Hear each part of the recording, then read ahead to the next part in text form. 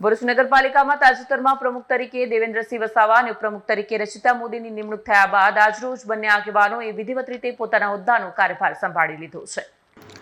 ભરૂચ નગરપાલિકામાં તાજેતરમાં પ્રમુખ તરીકે દેવેન્દ્રસિંહ વસાવા અને ઉપપ્રમુખ તરીકે રચિતા મોદીની નિમણૂક થયા બાદ આજરોજ બંને આગેવાનોએ વિધિવત રીતે પોતાના હોદ્દાનો કાર્યભાર સંભાળ્યો છે। આ પ્રસંગે પાલિકાના સભ્યો, સમર્થકો તેમજ પરિવારજનો મોટી સંખ્યામાં ઉપસ્થિત રહ્યા। પ્રમુખ દેવેન્દ્રસિંહ વસાવાએ પોતાની ચેમ્બરમાં પત્ની, પુત્રી અને પરિવારજનો સાથે ભગવાનની પૂજા અર્ચના કરીને પ્રમુખ પદનો ચાર્જ સંભાળ્યો છે। ત્યારબાદ પાલિકાના વહીવટી કામકાજ અંગે જરૂરી માહિતી મેળવી કામગીરીનો પ્રારંભ કર્યો। તે જ રીતે ઉપપ્રમુખ રચિતા મોદીએ પણ ધાર્મિક વિધિ અને પૂજા અર્ચના બાદ ઉપપ્રમુખ તરીકેનો કાર્યભાર ગ્રહણ કર્યો। કાર્યભાર સંભાળ્યા બાદ પાલિકાના ચૂંટાયેલા સભ્યો, ભાજપના કાર્યકરો તેમજ સમર્થકો દ્વારા શુભેચ્છાઓનો વરસાદ કરવામાં આવ્યો। વિડીયો જર્નાલિસ્ટ વિરેન્દ્ર પાટીલ સાથે સત્ય ટીવી ન્યૂઝ ભરૂચ। નમસ્કાર। આજ રોજ ભરૂચ નગરપાલિકાના 50મા નગર પ્રમુખ તરીકે સેવા બજાવવા જઈ રહ્યો છું, ત્યારે ભરૂચની દરેકે દરેક વોર્ડની જનતાનો હું આભારી છું।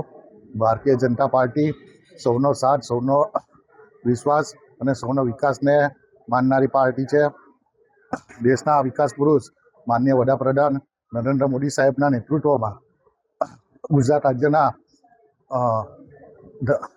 રાજ્યના મુખ્યમંત્રી ભૂપેન્દ્ર પટેલ સાહેબ, નાયબ મુખ્યમંત્રી હર્ષ સંઘવી સાહેબ, ગુજરાત રાજ્યના અધ્યક્ષ જગદીશ વિશ્વકર્માજીના નેતૃત્વમાં જે પણ વિકાસની યાત્રા ચાલતી હતી, એ વિકાસની યાત્રામાં અમને સાથે જોડીને ભરૂચ નગરપાલિકામાં દરેક વોર્ડમાં ભારતીય જનતા પાર્ટીનો પરચમ લહેરાયો છે।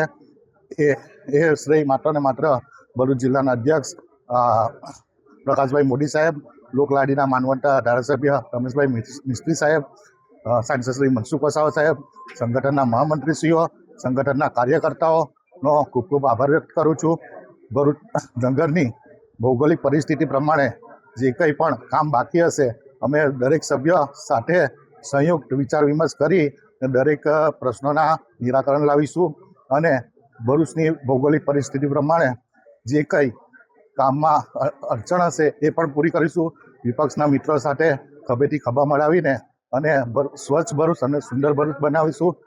હું ફરીથી એકવાર ભરૂચની જનતાનો, સંગઠનનો મને પ્રમુખ બનાવવા બદલ ખૂબ ખૂબ આભાર માનું છું। આપ મીડિયાના મિત્રોનો આભાર માનું છું। આટલું કહી મારી વાતને વિરામ આપું છું। વંદે માતરમ, ભારત માતા કી જય।